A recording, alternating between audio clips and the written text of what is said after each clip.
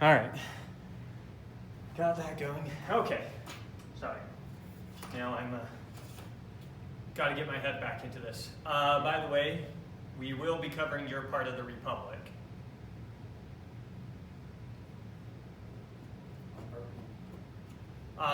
The transition of governments. Okay. So, make sure you're ready for that. Hopefully you anticipated it, since today's the last day we're doing Plato, as we said, and since you hadn't done it yet, since I said we'd be doing politics this week. Anyways, let's really quick re-grasp our footing for where we're at here. So, 2 weeks ago we did Plato's Metaphysics. Last week we did his Epistemology, and then we started his Ethics. We covered his Ethics as far as we couldn't really distinguish what Plato was contributing versus what Socrates was contributing, because in the beginning they're kind of just mushed together. So we covered all this talking about both of them. But the important points to keep in mind as we continue, because now we're going to get into the more Platonic side of the ethics here, which is where we're going to bring back in the concept of Plato's forms. So let's make sure we still have in our mind what exactly Plato's forms are. So big picture, what do we got? We got our world and we got the world of forms. Over here we've got a bunch of particular men. And then over here we have the form of manness, right? And no matter, we have that for all the cases for all our different forms. If we were to follow all our different forms back, we ultimately get to the sum all be all form, the one from which all other forms come. And what's that form? Form of the good. The form of the good. So everything's linked back ultimately to this form of the good. Remember that the structure between our forms is the same thing as connections we can make with our mind. Reasonable connections and the structure of the form, one and the same thing. Logicking with your mind is the same thing as seeing the structure of the forms. The same way that you see with your eyes, particular objects, you see with your mind's eye, the structure of the forms. Right? So we'll be introducing the forms into this as we continue, but first let's remind ourselves where we left off with Socrates' ethics. So Socrates' ethics, where did we leave off? We went over the fact that man has a nature. He's not just solely a product of convention. He has customs and norms which exist by nature. Justice is a natural, I was going to say property, but that's not what I'm really after. There's a natural notion of justice. Justice isn't just a convention, it exists by nature. So happiness is a product of man living in accordance with his nature. Cultivating virtue. And remember, virtue here is the excellence of a thing. So man cultivating his chief excellences, which he has by nature, is what will make him ultimately happy. The virtue of a knife is to be nice and sharp and cut well.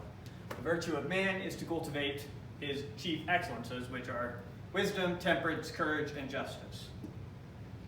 The cultivation of virtues requires and is a product of knowledge. Now, remember how there was this mixture even in Socrates, and we're going to have it in Plato as well, because Plato thinks that seeing the forms and knowledge are one and the same thing. But remember that they argued that it's impossible for you to know that something, some course of action will improve your life, and choose to the contrary. The only time you make a bad decision that you know is a bad decision is because you really secretly thought it would somehow make you happier. It was because you were ignorant that you made that bad decision.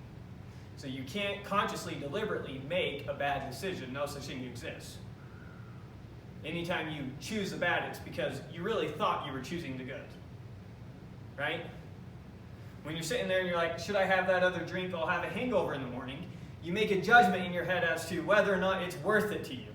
Which will make you overall happier or overall more miserable. If you gauge more miserable, you won't do it. If you gauge overall happier, you will do it. And so it's your ignorance that causes you to make that decision. Go ahead. So if we were to take this reasoning, what would you think about someone like Hitler? And did everything he do, did he really think that that would bring him happiness? Did he really think he was doing the good? Absolutely. Yeah. I wish I could remember off the top of my head. You know who Thomas Sowell is? Black economist. He has a quote that I just love. is something to the effect of the road to hell is paved with well-intentioned idealists or something like that. And you listen to people, this isn't with Hitler particularly, but this is with Joseph Stalin and what was going on in Soviet Union Russia. And what a lot of the people around him say was so dangerous about him is he sincerely believed that what he was doing was ultimately going to pay off for the benefit of mankind. He had to crack a few eggs to make so everything paid out in the long run. So someone like Joseph Stalin, who I don't know how many people the communists ended up killing with their camps. Would you say then that nobody is technically just, or that no one has ever, everyone is justified in their actions, in that they were ignorant and therefore not responsible? Yeah, so that's going to be one of the critiques on this line of thinking that by law we don't really punish people for unwittingly breaking the law. Then we typically just correct them and say, no, here's what the law is, and once they know, then we kind of punish them from there. So not knowing the law is one of the critiques people take to this line of reasoning. But Socrates and Plato also believe that actual punishment for injustice is a type of teaching. It is a type of education. So they would still say, no, you should still punish the criminal for breaking the law. That's how you educate them. Purely to educate them, not to give them. Purely to educate them. Yep, 100% an educational process. That's why we punish people. It cures the soul of the disease through education. And you could say, oftentimes you could say that, people's actions, the result is, the natural result is what should be good or bad. But we've kind of constructed what's bad for us and good for us, and here's the consequence, even though it's not always perfect. Right, so that's one of the things that we talked about earlier on is Socrates and Plato look at the health of the body the same way, or the health of the soul the same way you might look at the health of the body. They say your opinion about what will make you happier or not happier is completely irrelevant. It's like your opinion as to what will or will not produce good health in your body is completely irrelevant. Either you're educated on that and happen to know, or you don't. But as a general rule, who cares what the masses think? I don't care what you think about 2 + 2. Either you know it's 4 or you don't. Your personal opinion is completely irrelevant. So similarly, with your personal opinion about what will produce happiness in your soul, completely irrelevant. Here's what will. You can learn the truth, you can be ignorant of the truth. And so the goal in ethics is to teach people the truth. It's all one big education program. If you educate them in the truth, they'll make the right decisions. You know, oftentimes it's the blind leading the blind. You oftentimes what? The blind punishing the blind. The blind punishing the blind, right. So they'd also critique society saying that the majority of the time, those in power are very ignorant. Like us all. Huh? Like us all. Like us all. Yes, like the masses. Okay, so let's see. Obtaining the proper knowledge results in happiness then. Okay, yeah. So since there is no difference between knowing exactly what the courageous thing is and acting courageously, since if you know for sure what it is, you can't help but act that way, then knowledge and virtue are one and the same thing. So obtaining the proper knowledge results in the cultivation of the virtues, and therefore results in happiness. So it's all one big education program. One thing I forgot to throw in the slides, so we'll just have a really quick conversation about it now before we continue. We never talked about suicide. Should have talked about this when we talked about the Phaedo, because this is a conversation that comes up in the Phaedo. So a natural question you might have listening to Plato's whole philosophy is like, okay, there's our terrible crummy world, and then there's this amazing perfect world, the world of forms. Here we are prisoners in this body enduring all this nonsense. Why is it bad for me to just kill myself and go straight to the world of forms? Why is that such a terrible thing if that's such a great world? His response to this is roughly along the lines of, imagine you own a cow, and that cow belongs to you, and you get use out of that cow. What you should get out of the cow is not the cow's business. And while it's good for you for the cow to be alive, you want it to be alive, and when you think it's good for the cow to die, to go kill it, get the meat, or whatever, you kill the cow. It's your property. You do with the cow you want. He says, in similar manner, we are the possession of the gods. You belong to God. You're not justified in taking your life. You're his property. And the same way that you'd be mad at your cow if it just decided to go end its life, you can expect the God to be mad at you if you just go take your life. So imagine that your cow went and killed itself. Now imagine that after it was dead, you could somehow still punish it. Would you? Would you punish the cow for that bad choice? Especially if you believed in the reincarnation of that cow and it was going to come back again as a cow? try and fix it out of its soul before it came back again? Punish it nice and good? Make sure your cow didn't go around killing itself? Yeah, probably. So he says, nope, you can't kill yourself. You're the property of God. He'll decide when it's time to take you. And then when he decides it's time to take you, you better be willing to go. And you definitely saw this when we went through the Apology, Socrates' whole trial. He says, not once did he feel opposed. He felt like he was being called to die. So he went and died. Felt like that's what he ought to do. And obviously later in the Crito could have escaped. Felt like that would have been opposed to what was right or what God wanted. So refused and stayed and died. So any questions on suicide? No, that was kind of quick in there, but might be a question that you might have had given this philosophy. Yeah. So, ready to continue into the more Platonic side of the ethics? Any questions to help set it up better? All right. So now we get to pure Platonism. We're now past Socrates. And we're going to get into what I may call Plato's psychology. Now, psychology at this time does not mean what it currently means. So the field that we currently call psychology wasn't a field that came into being until 1879 AD, thousands of years after Plato. Psychology, initially, if you just look at the etymology of the word, means the study of the soul. So that's what psychology used to mean. And anytime you're reading one of these ancient thinkers, and you see the word psychology, that's what they mean. They mean the study of the soul. So Aristotle has a whole book called Psychology. That's what he means. When other people consider that just study of the consciousness, considering they don't necessarily know, or is this a purely religious psychology? We now have a distinction, a sort of distinction between spiritual health and mental health, and maybe your psyche and your spirit aren't one and the same thing. When you say psyche, are you talking about consciousness? Well, so, yeah, it could be. So we would say, for example, if you were a schizophrenic, we wouldn't necessarily say that your soul, your spirit had a disease. We would say that's a psychological disease. And so we like to relate psychology to that part of your conscious experience, which still has some physical element to it. Maybe that's a way to say it. Okay, so I just want to make sure that we're on the premise that consciousness is an attribute of the soul or attribute of the psyche. Well, for these guys, they've got a very simple view of the whole thing. They don't distinguish at all. The soul is the living and moving principle within you. So your psyche, your consciousness, the part of you that chooses, all of that is all wrapped together in your soul. So for them, it's just soul and an inanimate body. So psyche does not necessarily mean the physical brain. Not the physical brain, but they didn't even understand what the physical brain was for at this time. And we're just working at a level. And we're what? I'm saying we're trying to understand this at their level. Is that what we're trying to understand? Right, I'm telling you the way that he's using the word. So the word is more broad than the way we currently use word. Now it's a specific field of study. Right now, this is for anything that's not just the physical part of you. For them, there's just soul and body combined together. Okay.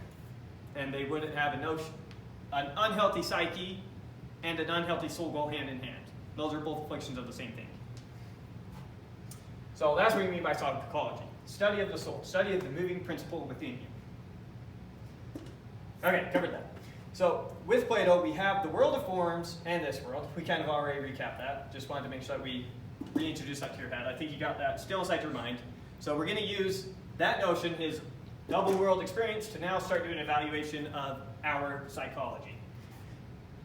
So first off, since we had, shouldn't have raised my picture, since we have a bunch of particular men over here, all mirroring the manness form, since we're all just reflections of manness, the universal, the ideal, then we're all going to be lesser or better reflections, imitations of that manness. So man is a creature with elements of both worlds, his soul from the world of forms, and his body composed of elements of this world. Oh, I thought I was going somewhere that wasn't. Sorry. Bad detour by my part. This is right. So man is created with elements from both worlds. He's going to have his upper element and his element from this world. Therefore, man has a higher nature, which is capable of studying the world of the forms, and a lower nature, which is concerned with the things of this world. Right? So So basic dichotomy that we've seen already, even with the Pythagoreans. He's going to start with that same dichotomy, but he's actually going to make a tripartite soul out of all this. So for Plato, he's going to split the soul. The soul is the essence of man, and it's divided up into three faculties, three moving principles. So he's going to say one principle that you have within you is what resides in your head. It's your logos, or the reasoning faculty, which loves truth.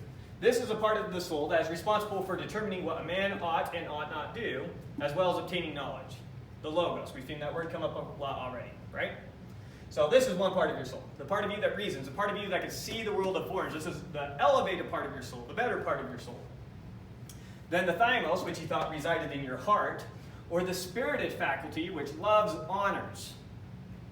This is the executive part of a man's soul, the part that drives him to act. So this is the part of you that gets you to act, and is what ultimately drives him to action. It's responsible for our passions. So this is the reasoning part of you, this is the acting and passionate part of you, and then finally we have the eros. That's the same root that we get our word erotic from, that used to just be related to strong passion for. So the eros, or the appetitive faculty, which loves gain. This is the part of the soul which, I have that written word, but this is the part of the soul which desires pleasure and wishes to avoid pain. It is responsible for our desires for food, drink, money, etc., and all the pains that we want to avoid. So we have the appetitive part of our soul, which wants pleasures and wants to avoid pains. We have the passionate part of our soul, which drives us to action and experiences the passions. And then we have the rational part of our soul, which can reason and which can comprehend the world of the forms. Now, if you think all the way back to the Pythagoreans, they had an analogy to talk about three types of people. They said, imagine that you go to some festival. They say you see three types of people at the festival. First off, you see the spectators, who are just there to enjoy the festival. Those are the best people at the festival. Second, you see the athletes at the festival, the one putting on the show. Those are the second best people there. They're the ones out for the honors that they can attain by performing well. And then thirdly, and worst of all, you have those base people at the festivals there to make money, right? They're selling goods and services, and they're there to make money off of you. And so, you can see how that Pythagorean analogy now is being split up into a psychology of the soul. The spectator, the athletes, and the moneymaker. Is this to imply that that logos is superior than thymos and thymos is superior than eros? Yes, he would rank order those exactly like that. Interesting. So what if, it's interesting to me because I was studying a different type of personality specifically, and oftentimes they found that there's a group that a large majority of people make decisions purely off of what's logical and not necessarily their emotional or passions. They say, well, this is a logical thing to do, and they do it. There's no emotion attached to it. And then there's other people who say, I feel this way, they don't know why, and they make a decision because of the way they feel. And some people make decisions based on the way they're logical. Does it talk anything about that? Or? Yeah, so for the people who never allow their passions to take root in them, it's just acting off of their logic, he'd probably say that they've gone too far, they've given their reason too much domain. So we'll actually cover that exact topic when we talk about injustice. So after we talk about justice, if we haven't answered that, then make sure we bring it back up, because I think that'll be the best place to make that make sense with his philosophy. Okay, so far we just claimed that there's three parts of the soul, and we made the analogy between things that we'd already seen with the Pythagoreans. But how do we know that there's three parts to the soul? How did Plato come to this conclusion other than just adopting what the Pythagoreans had already said? Well, his basic logic is like this. If I have two forces acting on me in completely opposite direction, those forces must have opposite sources. I can't have one and the same thing pulling me in two opposite directions. I can't have one faculty telling me go this way and another faculty telling me no, go this way. So if I can identify two distinct forces acting on me, then they must come from two different faculties. So that's going to be his basic logic for arguing that there's three different parts of the soul. He's going to say, here's an example of when these two are opposed, these two and these two, therefore they're all opposed to each other, therefore there's three faculties. Or they can be opposed to each other. They might happen to be united, but if it's possible for them to be opposed, then they have to be different faculties. So So that's big picture how this argument's going to go. So how are we to know that these three parts of the soul are actually separate from each other? Well, if a man is pushed in two opposite directions about the same thing and in the same instance, he must be being acted upon by two separate faculties. So we'll give you an example of how logos and eros aren't the same, the thymos and eros, and then logos and thymos. Therefore, they're three distinct faculties. So come up with an example for each. So logos and eros aren't the same because you can conclude that you ought to stop eating something and yet still strongly desire to keep eating it. Right? This is one that you often experience. You're given that dessert, you say, I shouldn't eat it, but I want to eat it. So part of you is driven to eat it, another part of you is driven, no, don't eat it. Those are two opposing faculties about one and the same decision. So those have to be separate faculties of your soul. Remember, soul is the acting principle within you. These are two separate things driving you to act a particular way. So that's what he says, there's at least these two different parts of soul.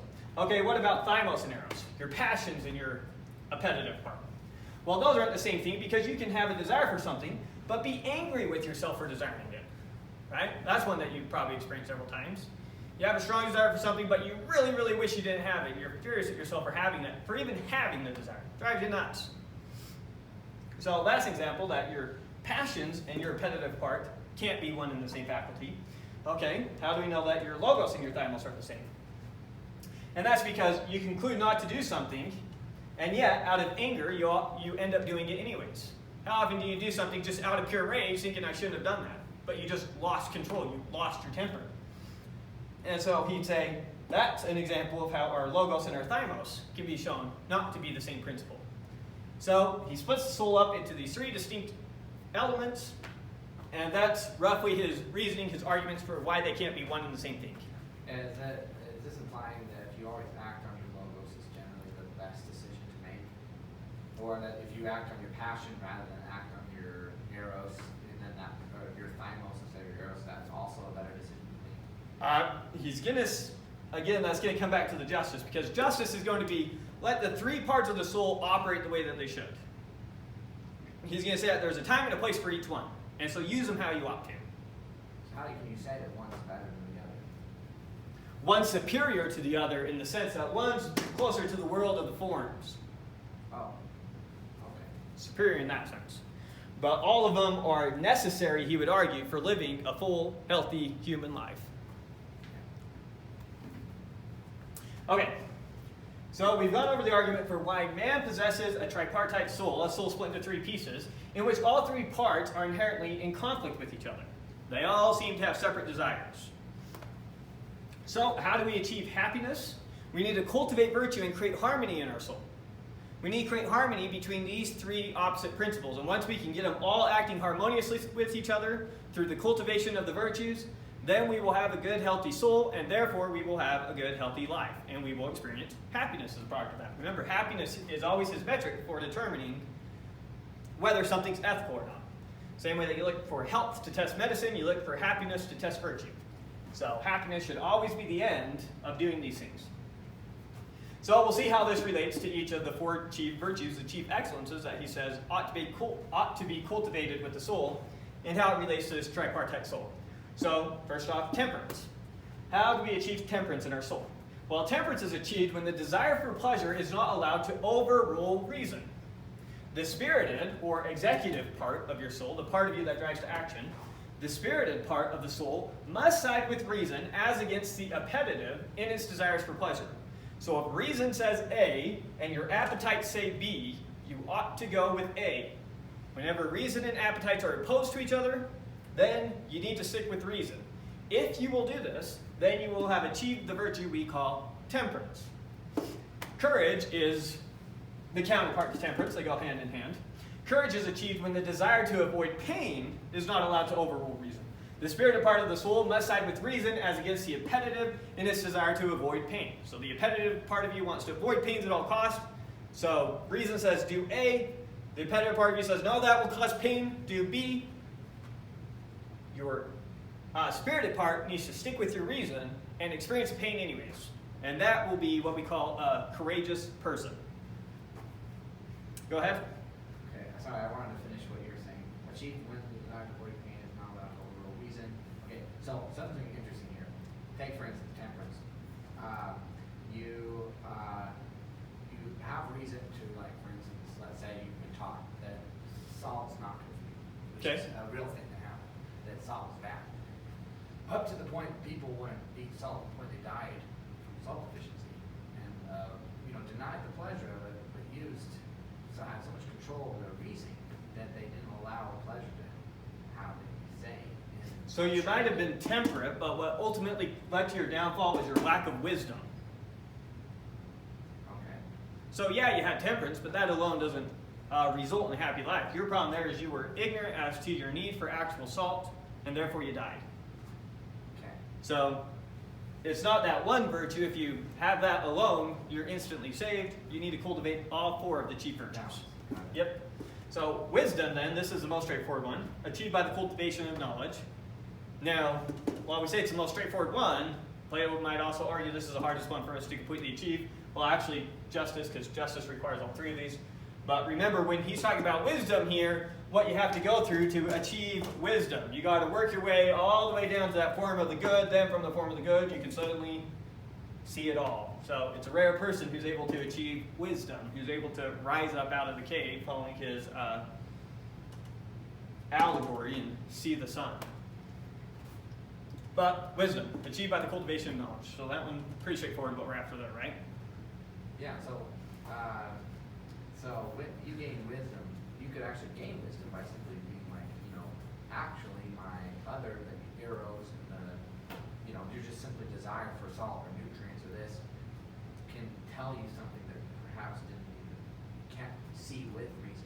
Well, he'd say every field, including the field of medicine, has the basic premises that it operates on. And so you would go learn those premises yourself, and you would deduce from those premises what is and is not healthy. Right. So you'd have to learn the field of medicine yourself. But through like for instance your desire for sugar and salt and nutrients, you taste something and it tastes good. You could say, what if there's nothing wrong with this, and there's something to explore and understand about it through that avenue? Well, Plato is also a rationalist in that he does not believe that you can obtain any novel knowledge through your senses.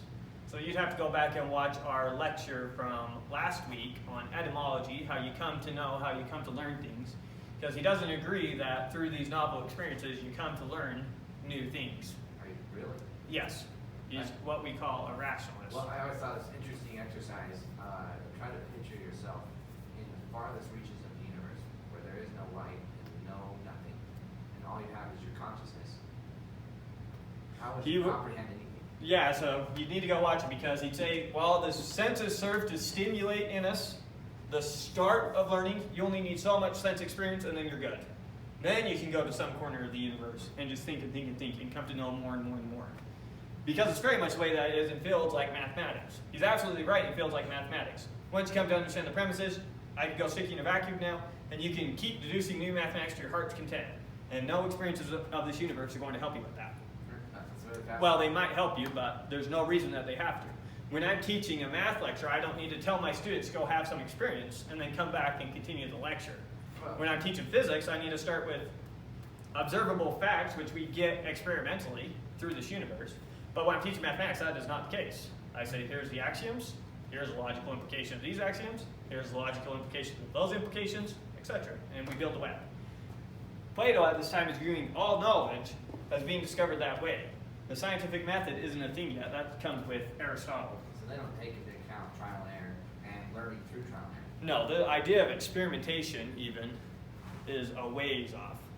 Because, yeah, while Aristotle will even introduce the notion of inductively reasoning on your experiences to some premises, the idea of designing experiments to have a controlled experiment where you're trying to control everything so that you're only measuring that thing that you really, really care about, that isn't something that really starts kicking off until Galileo, which is 2,000 years after this. So, yeah, science is still a long ways off, but the foundations will be laid with Aristotle, who is a student of Plato. So, on the verge of it. So we've got temperance, courage, and wisdom. Finally, justice. Justice is achieved when harmony is produced in the soul, and each of the three faculties are functioning as they ought. So when you achieve wisdom, temperance, and courage, basically, then, well, I guess that's not technically true, but once the reasoning part of your soul, the spirited part of your soul, and the appetitive part of your soul are all acting exactly the way that they ought to act, Plato will say that you have finally achieved justice for yourself. Reason is guiding the overall action of your soul. The appetitive part is communicating the various desires of the body. The spirited part is siding with reason anytime a conflict arises between reason and the appetites, using the passions as an aid. So this is ultimately what's justice. Let me go over some examples here, then we'll cover this again, and hopefully we'll all tie together. So for Plato, it is good that we have all our various pains and pleasures and passions. These are all good things that help us operate justly. It is, however, of crucial importance that we keep them subjected to reason. So let's go over an example of how we might be unjust in 3 different areas. So example of the appetites getting out of control. A drug addict. A drug addict will be someone who is unjust because they're letting their appetites dictate their body. The appetitive part of them has grown too big. They're not justified in being drug addicts. The passion part, a man who loses control, loses his temper, so he starts acting irrationally. And then an unjust intellectual neglect would be someone who gets so caught up in their thinking that they ignore their body and they kind of starve themselves to death. Or, actual example, Kurt Gödel, who's a genius logician, he had reasoned to himself over and over again, finding these patterns in so many things. He was convinced that Soviet spies were out to poison him and kill him, or something to that effect. Someone was out to kill him, poison him, and kill him, and he starved himself to death. So he had reason that someone's out to poison him, to the point that he completely neglected the appetitive part of his soul, which led him to die. And so he wasn't justified in that. He allowed the intellectual part of him to run rampant. So that's 3 examples of how you can act unjustly. So what is justice? It's when the 3 different parts of your soul act as they ought to act, each one operating its function. It's good that you have pains and pleasures, and it's good that your body communicates that to your intellect so that your intellect knows how to act on them. But if your intellect says, because pleasure tells my brain, tells my intellect, hey, you're hungry, you need food. Now my brain might think, it has been a while, maybe I should eat. Or it might think, no, you're getting out of hand, we just ate, you're tricking me. And so our reason has to make those choices, but it's good that my body communicates to it, because it might start communicating, hey, you're actually experiencing pain now because it's been so long since you've eaten. Stuff like that.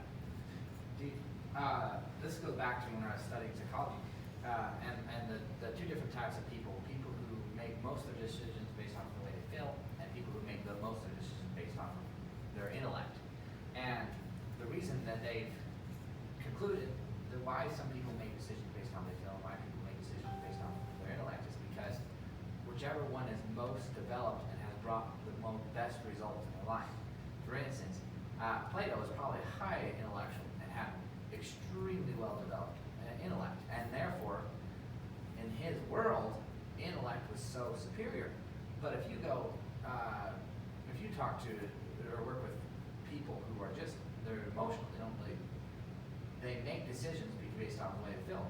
They don't do that just because they love making mistakes. They do it because it works. And every time that they make decisions based on their reasoning, which is undeveloped, it doesn't work. So Plato would say they think it works. The problem is that they're ignorant. So they think that that keeps working for them, but what do they know? What do they know about what produces a happy life? The same way that someone keeps eating food because they desire it. That might actually be unhealthy food. That might be driving them to kill themselves. I'm trying to remember which way it goes, but well, that's not quite the same thing.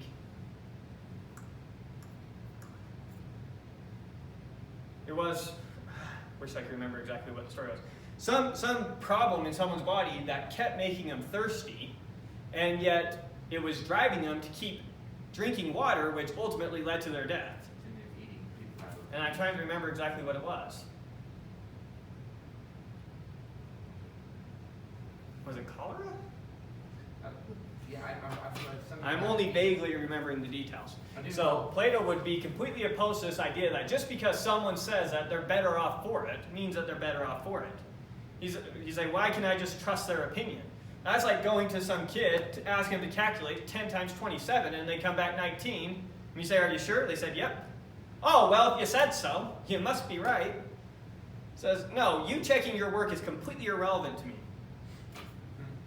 I need to check your work, and there's a metric which we use. And so I need to go and I need to do an examination of your life and determine whether or not you are a happy person. And the fact that you keep making a decision could flat out mean you're completely ignorant as to what you're doing. Maybe you honestly think that the way you're multiplying is right. You're wrong, but the fact that you're convinced in your delusion just means you're convinced in your delusion. It doesn't magically make you right. So that's how Plato would be opposed to that position. Huh. Some people, though, they can feel something that is the right decision to make, but their reasoning, because it's so ignorant, will tell them that what they should make is the wrong decision. And they don't know that it's the wrong decision until they find out. They use their reasoning and their life sucks, and then they use their emotions and their life succeeds. And they don't know why. Well, so he'd say to that, they're not wise. And I'm not If talking your about logic like happens to be coming to a wrong conclusion, then that's because you're either misapplying logic or you're operating on wrong premises. Right. In either way, it's due to your ignorance. Yeah. So he'd say the problem there is you haven't really cultivated wisdom. It's like, yeah, someone might go and say 2 times 7 equals 29, therefore the answer is 29, and they might get the answer right with completely wrong reasoning. So that doesn't magically make your reasoning valid. It's just you happen to get right. Maybe they make an emotional decision which turns out to be the right outcome. Say, cool, you got lucky. It doesn't magically make your method valid. So you say, by far the best way to do it would be to know and operate according to reason. Yes, I feel that it does. It's far more accurate. Well, in just personal experience, I've seen that. He's lived a long time ago, so a lot of opinions have changed from his day. Yeah. I'm just trying to present his position, what he might say. Yeah, and I'll try not to get too much. Any more questions with justice before we push forward? It doesn't feel, the word justice, how he uses it, doesn't feel like I'm thinking of what justice is. Here's a simple way to try and make it appeal to your intuition. Think about an action that you think you're not justified in. You say you're not justified in it because you violated one of these 3 ways. Okay. That's the best I can do for you until we get to justice in the state. Because this is an individual Right, cultivating that's justice, what I'm not the thinking. justice of a whole state. Anything else? Okay. So those are the 4 chief virtues. Those are how they relate to the 3 parts of your soul. So why should we cultivate virtue? To create an internal harmony of the soul, which ultimately produces happiness. Create that harmony, everything operating the way it should, nothing's opposed to each other, everyone's happy. What happens if we listen to the sophists, the ones who think that just indulge the appetitive part of you? Whatever produces pleasure is good, whatever produces pain is bad. Just follow the appetitive part of you and that will guide you to happiness. Well, Plato argues you throw your soul into disarray. You are at war with yourself, lacking any internal peace, and killing yourself spiritually. You're spiritually at war with yourself, you're opposed to yourself, you're in conflict with yourself, which does harm to you spiritually. So you won't have that internal peace if you don't cultivate the virtues. And to the extent that you cultivate vice, you create this internal disarray within yourself. So this internal turmoil will ultimately drive you into a state of pure misery to the extent that you indulge it. No. Oh, we already covered this because I wasn't sure if I put it in here, but we can cover it again. The side note here is, so Plato makes a point, you should cultivate virtue over trying to obtain the basic goods and pleasures of this world. But as a side note, he also says, and it just so happens that as a general rule, cultivating virtue will produce those goods.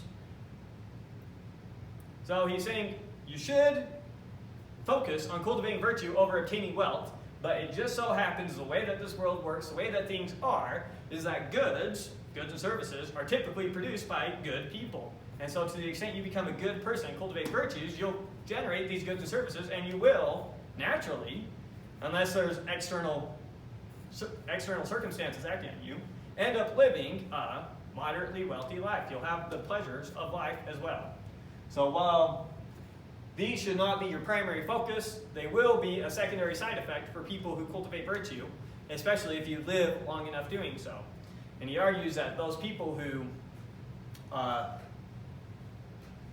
sacrifice virtue to hurry up and try to get these things often end up losing it in the long haul. So they might get it in the short term, but they often also lose it fairly quickly too. Common example would be tyrants who come to power. They're tyrants for 6 years and then they're killed by someone else who becomes the next tyrant, as an example. Anyways, so side note, goods of this world, typically a consequence of cultivating virtue, but definitely not the focus. Whereas the sophist said, no, that's the focus, go straight for it. So he'll say, you'll end up living a happy life that even the sophist would agree with, most likely, if you just cultivate virtue. Anything else on psychology before we get to love? Okay, so now we'll get to love, and since I'm completely cutting aesthetics out of this, because we're just going to do ethics and politics and be done and move on to Aristotle, because we're already going so slow. I'm going to cram just a teeny bit of it here in one slide right at the end of ethics, which for Plato is also closely tied up with love, which seems for us naturally enough to be tied up with ethics as well, so maybe this will all mesh together nicely. So, love for Plato is our response to beauty. Anytime you're feeling love for something, you can't help but, or it's often some way associated with beauty. So love is a natural force in you, natural force inside of your spirit that draws you towards the beautiful things. Now remember, he was ultimately after the true, the good, the true, and the beautiful. That's Socrates and Plato. So love is where we can finally talk about the beautiful. We've talked about the good, we've talked about the true. Now we're going to talk about the beautiful briefly in one small slide. Love is a major topic of the Symposium. That's the name of the dialogue. So if you wanted to go read his most elaborate dialogue on aesthetics, it's the Symposium.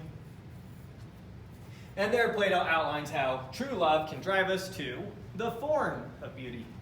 We have the form of the good, and now we'll have the form of beauty. So how does it work? Well, Plato says it works something like this. At first, when we love someone, it's purely because of how they physically look. That's the very initial stages. Before you have any contact with them, anything like that, the very first thing that you can possibly love about them is the way that they physically look. You love their actual body. So first, we love an individual for the beauty of their body. Then you interact with them, get to know them better, build a relationship with them. It develops.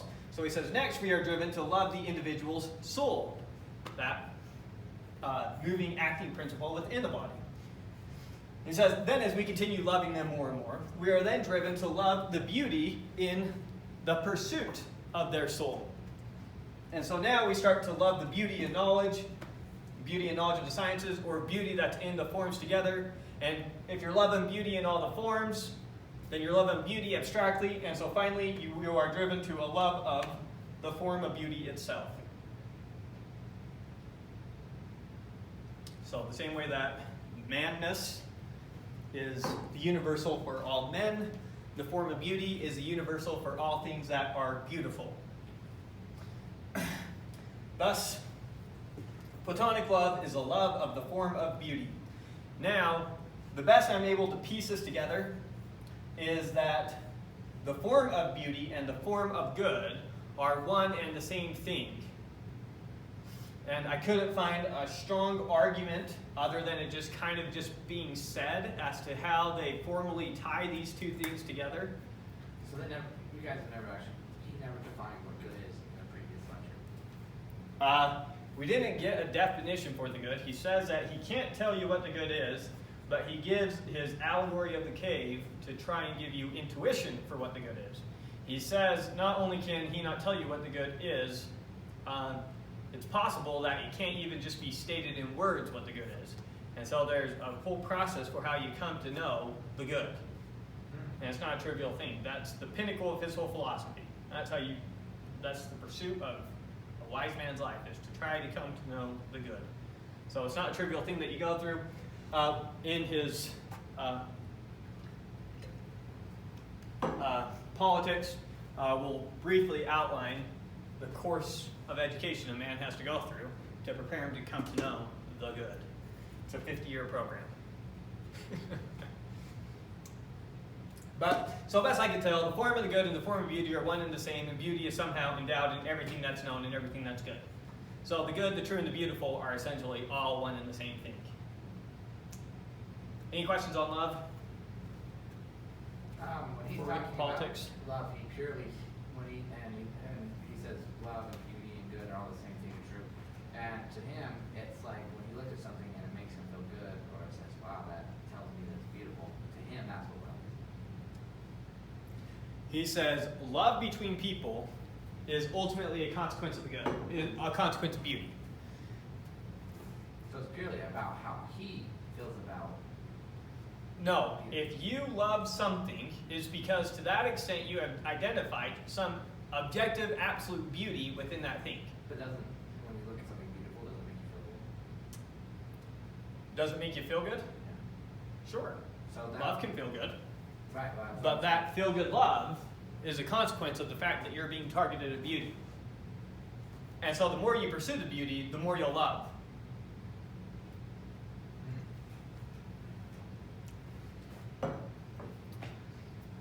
Good?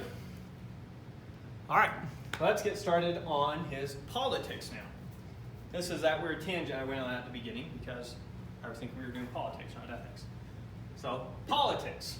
Now we'll jump into politics and start with our reminding ourselves what exactly men are with human nature. So, there's a form of madness, and now there's a bunch of men. And all men reflect that form of madness. And some reflections are going to be better than other reflections. So since men are merely reflections of the form of madness, they drastically vary in how well they reflect the form. If I stand here with a bunch of light sources creating shadows of me, some of those shadows will be superior to other shadows. They're all shadows of me. We're all reflections of the form of madness. But some will be superior reflections, some will be worse reflections. The superior reflections, typically those are obviously those which cultivate the virtues, have the excellence of men, the excellence of madness, the more real ones, the ones that are better reflections. So those with more being in them will be superior, and those with more non-being will be inferior. Remember how this works. You have the world of forms and the void.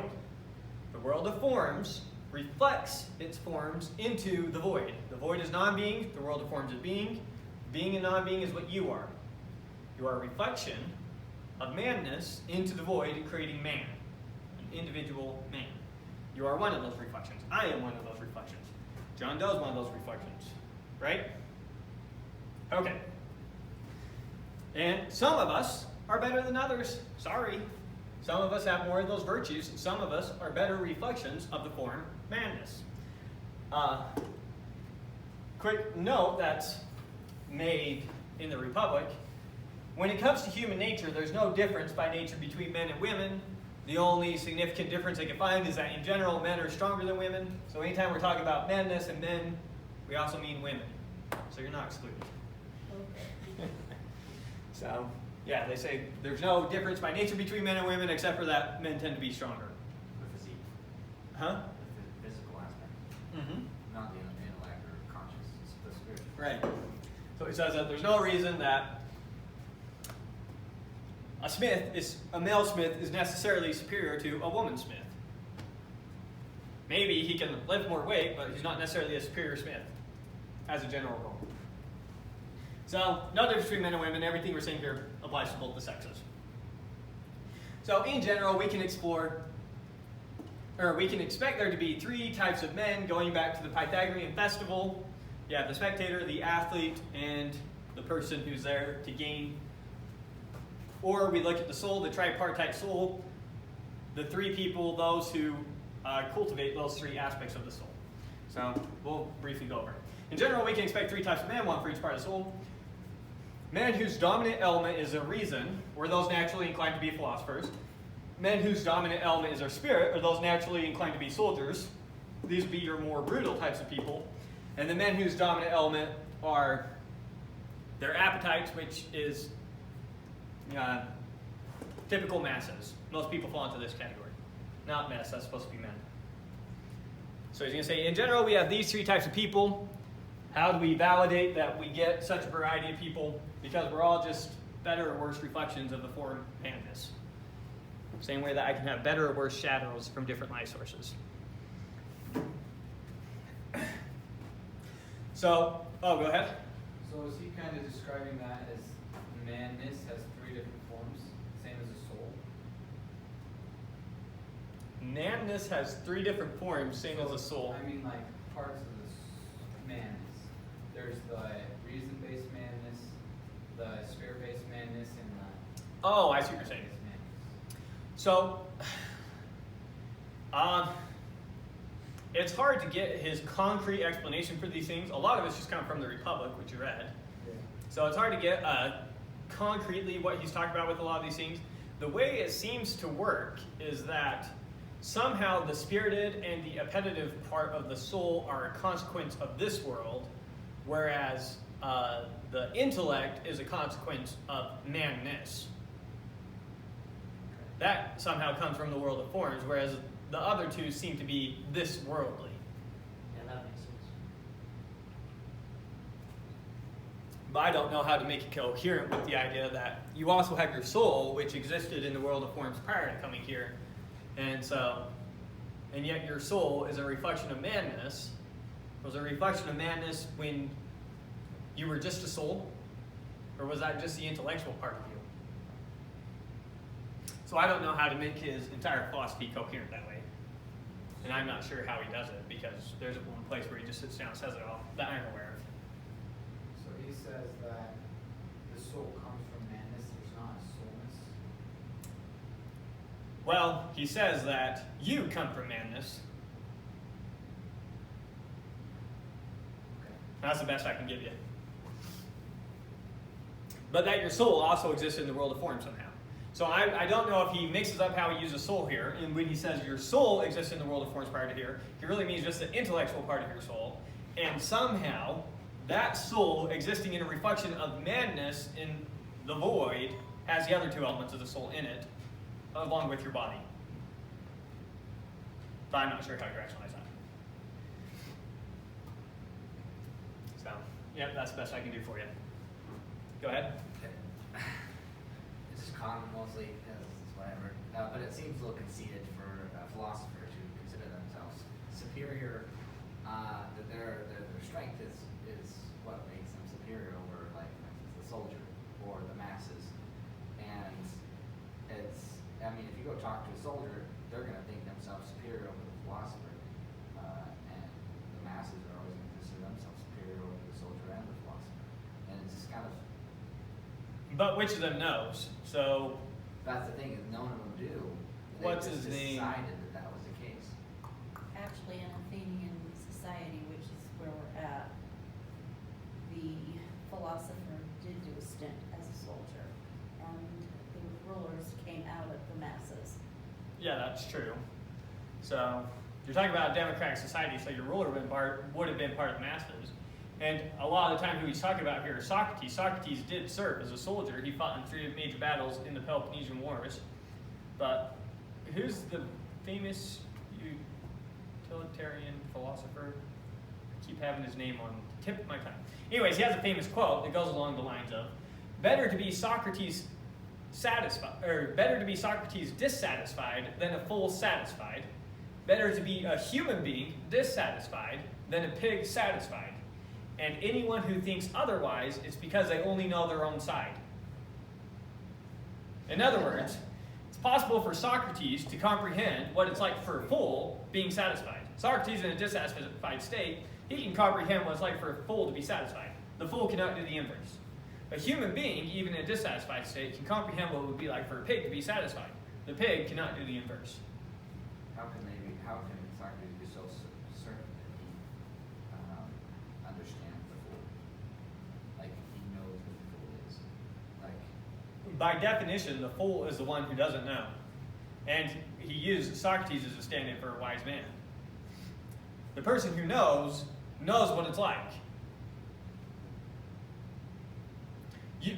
Someone who understands mathematics can comprehend not knowing mathematics. Someone who doesn't know mathematics can't comprehend knowing mathematics. But like always, You can comprehend not knowing something. You can't comprehend knowing something that you don't know. what I'm simply saying is to simply, because you know more than the fool makes you better or worse. In my perspective, if that was the way things were supposed to be, then everyone should have been, by evolution, the philosopher. But evolution is chosen. If evolution is a thing, or if God's a thing, He has chosen for things to be the way they are. That there needs to be more soldiers and philosophers, there needs to be more masses than there are soldiers, and that the ratio is, you could say, perhaps possibly perfect. Well, he'd say everyone by nature knows how they can improve themselves. I mean, what would the philosopher be without the soldier or the masses feeding him, defending him? You know, The philosopher fought for himself. He decided that intelligence is superior to all other needs of society. Well, of hold on. living. So, 4 chief virtues in a man: courage, temperance, wisdom, and justice. He's already argued how those 4 are actually knowledge. So therefore, knowledge creates excellent human beings. So it's always better. It's always superior. Having The knowledge- same way it's always superior for a knife to be good at cutting. Maybe the majority of them out there are dull. That doesn't somehow make them better. It doesn't somehow make an argument for, well, since there's all those dull knives out there, the craftsmen must have thought this through and decided we'd be far better off if the majority of our knives out there were dull and only a few of them were sharp. No, maybe they should all be sharp, and people are neglecting their knives. No, you should all be wise, and you're neglecting the virtue of your own soul. You're not perfecting yourself the way that you ought to be perfecting yourself. You're not minding virtue the way you ought to mind virtue. Right, but like, say for instance, a soldier, his responsibility is probably to be strong, have good motor skills, have good tactics, have all these things to do his job really, really well. And who's to say his job is superior to the philosophers, which is to, understand math, or understand, the way society should function, or what is good and what is bad. That you could say, I'm not saying that someone that sucks at everything is better. You're picking classes. Ignore all classes. He'd say every human being ought to cultivate virtue. By nature, you ought to cultivate virtue. You ought to become temperate, courageous, wise, and just. By nature. If you do all those things, that means you have knowledge of all those things, and therefore you are now a philosopher. In its most strict sense of the word, as Plato would use it. I guess I'd have to. So whether you are a mason, or you're a soldier, or you're whatever, doesn't change what human excellence is. It doesn't change how you ought to spend the pursuit of your life. Okay, so perhaps I misunderstood what he meant by what a philosopher is and what virtue is. Right. A philosopher is one who comes to understand the form of the good. Someone who comes to understand the good, the true, and the beautiful, he would now give the title philosopher. One who knows. And he'd agree with you that the majority of people will never achieve that, but that doesn't mean that they shouldn't strive for it. I see. Okay. So, by nature, we have these 3 different types of people. Now, how do we best explain the natural differences in men to the state? So, what Plato's doing here with his politics in the Republic is he's setting up a hypothetical state. So he says, we already know by nature that we're going to have these different types of people. That's just facts of life.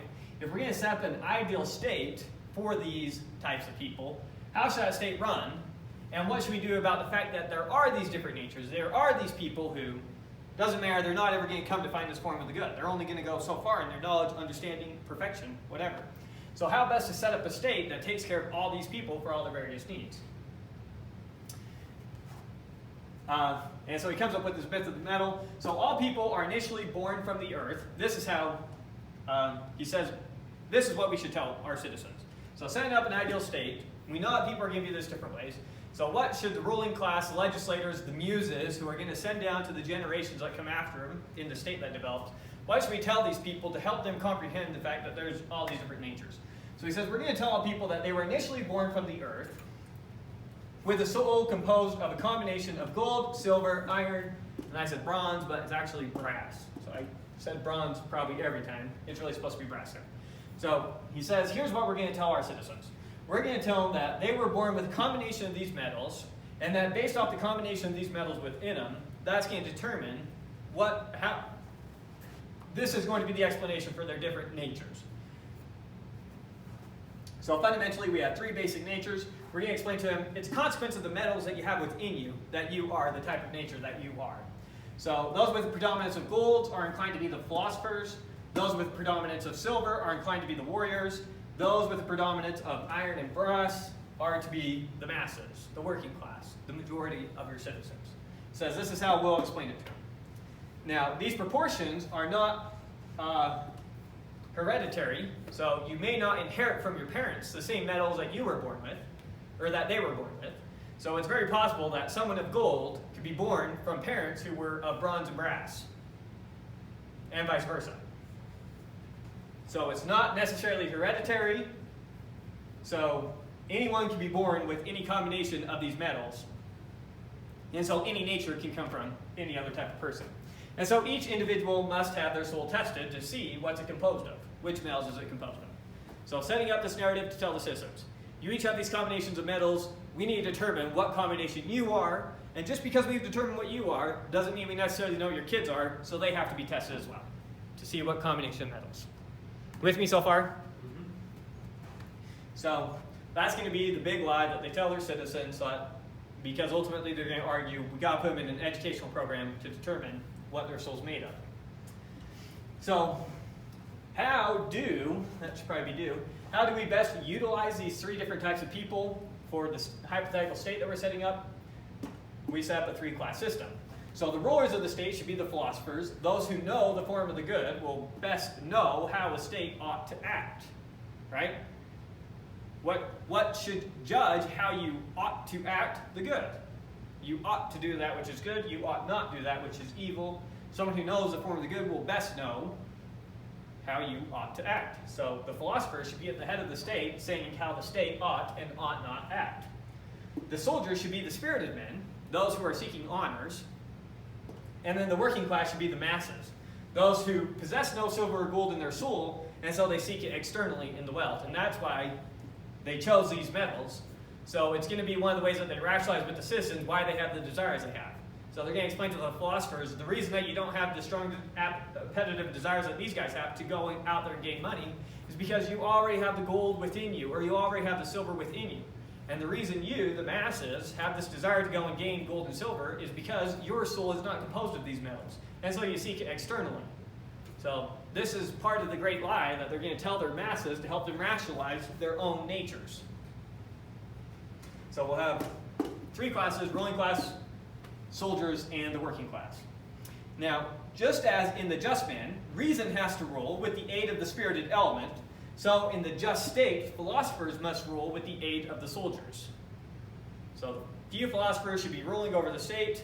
The army needs to subject itself to the rulers against the masses to keep the masses in line.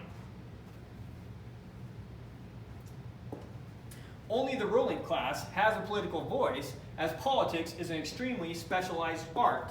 Not everyone has a say in medicine. Why on earth will we give everyone a say in politics? Politics is the chief art. It's the master art.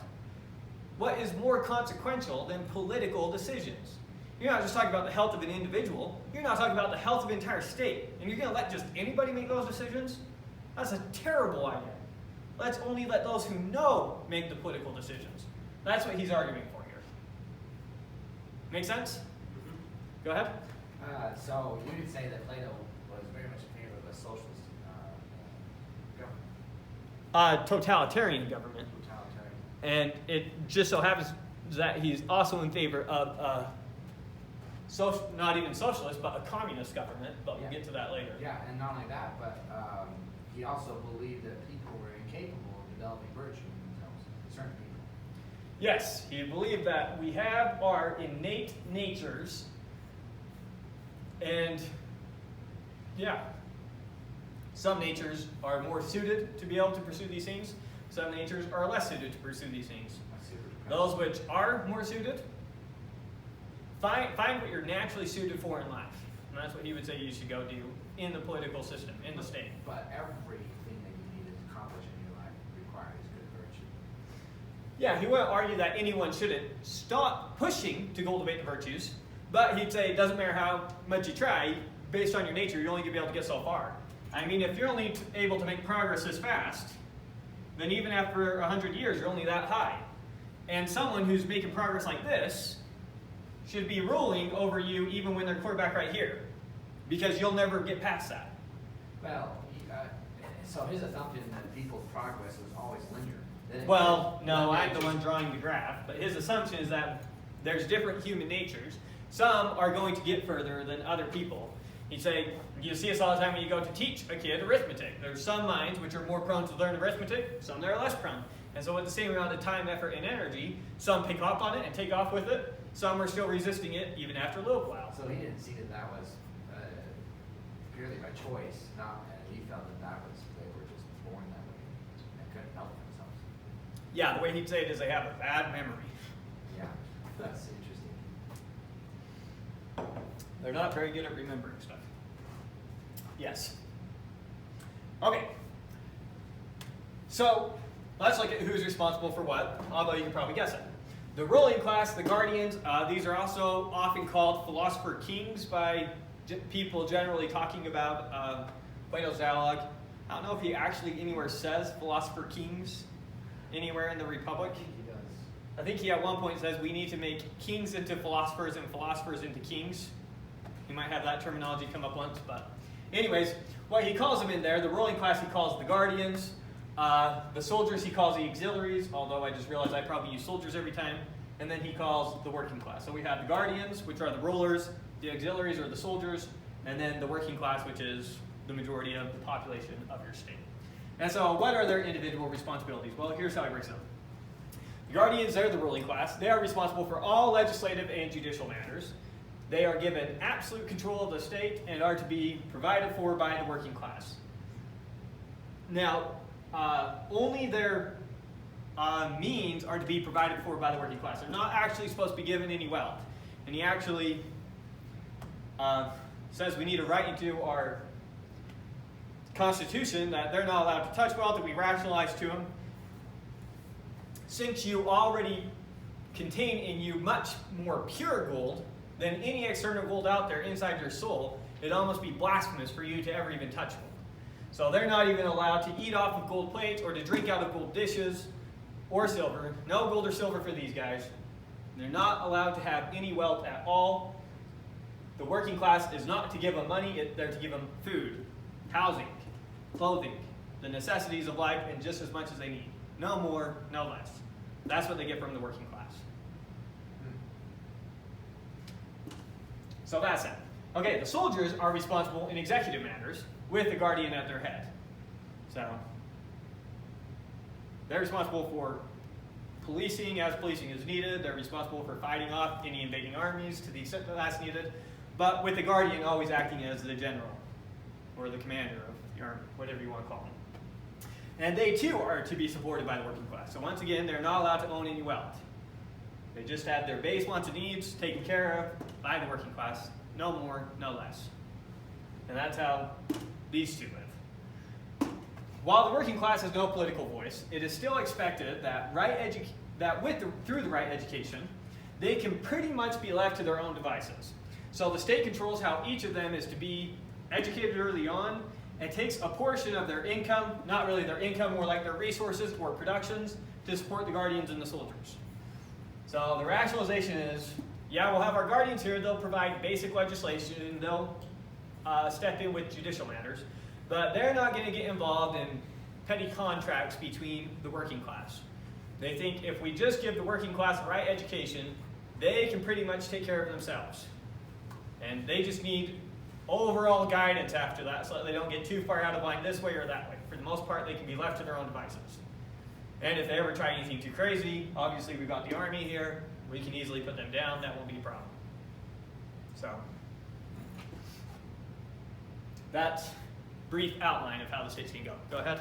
I kept coming there's something to do with, it kind of aligns with them saying, well, the working class should take care of us, in that they didn't feel that they needed to actually go out and get experience as a worker to be able to judge the workers. Meaning, it's almost like an unmarried man, a priest, or a nun, giving advice to a married man, trying to tell him how to live, how he should manage his affairs. It seemed that would be unproductive. Well, not necessarily. I mean, we even have that with judges in our own society. They don't necessarily have to go out and have an experience of theft to know how to judge that something's theft. So he says, look, yeah, our judges won't know the ins and outs when it comes to whether or not a contract was completely fair. Says, and we're not going to have our guardians condescend to such matters. We're going to let the masses work that out amongst themselves. It just says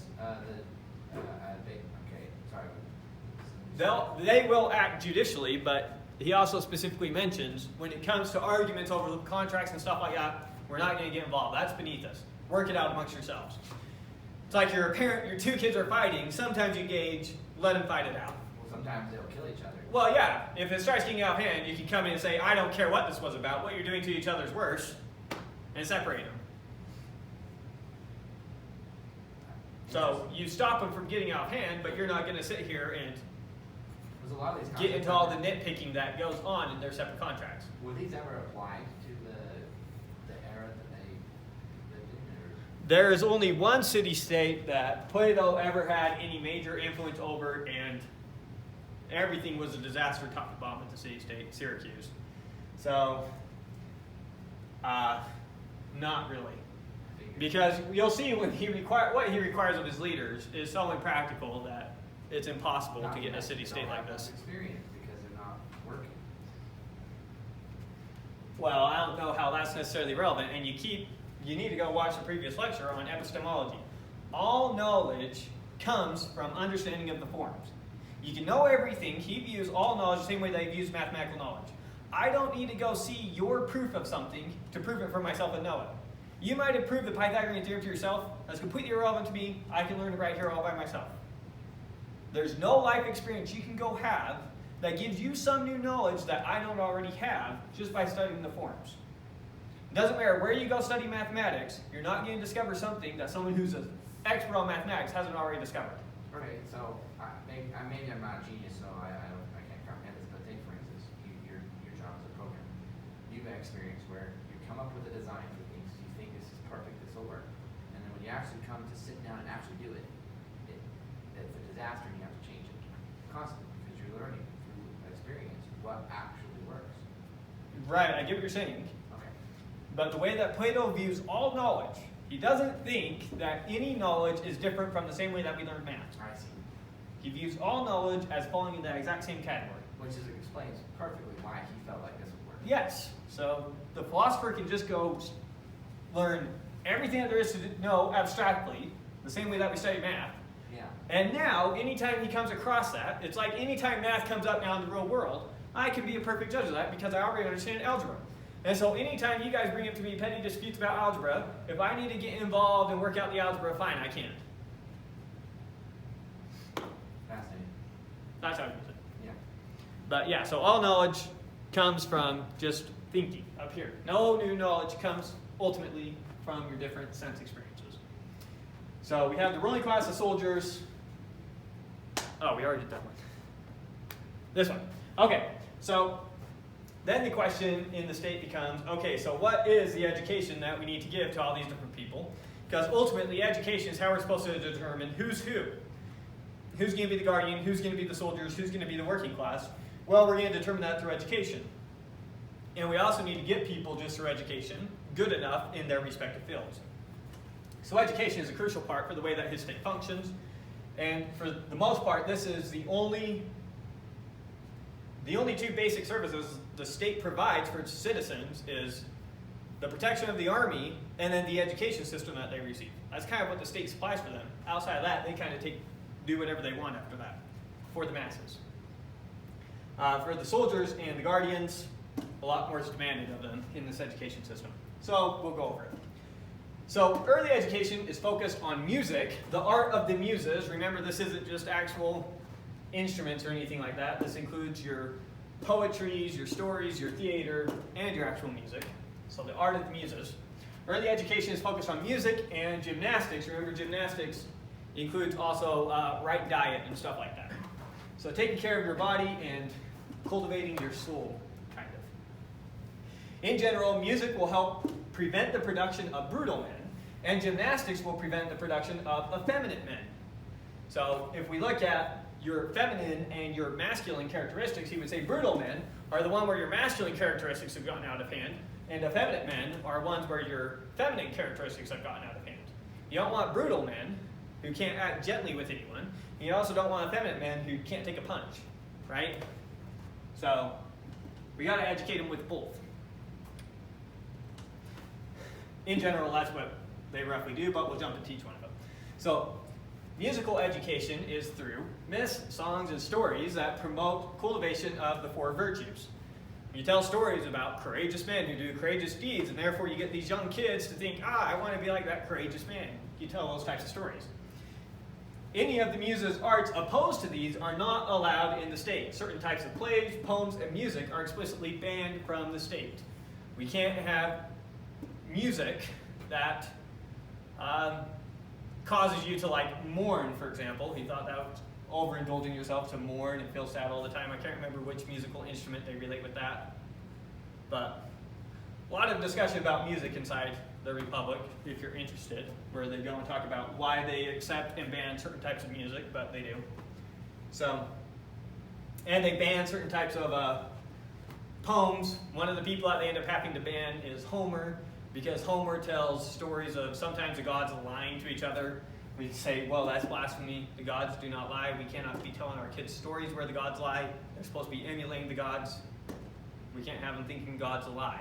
Gods are perfect beings. Stuff like that. So we got to get the right stories. We got to get the right music. We got to get the right arts of the muses that our kids can then enjoy. And that will help them early on emulate the four virtues. They'll want to be just, courageous, temperate people. I missed one. Wise.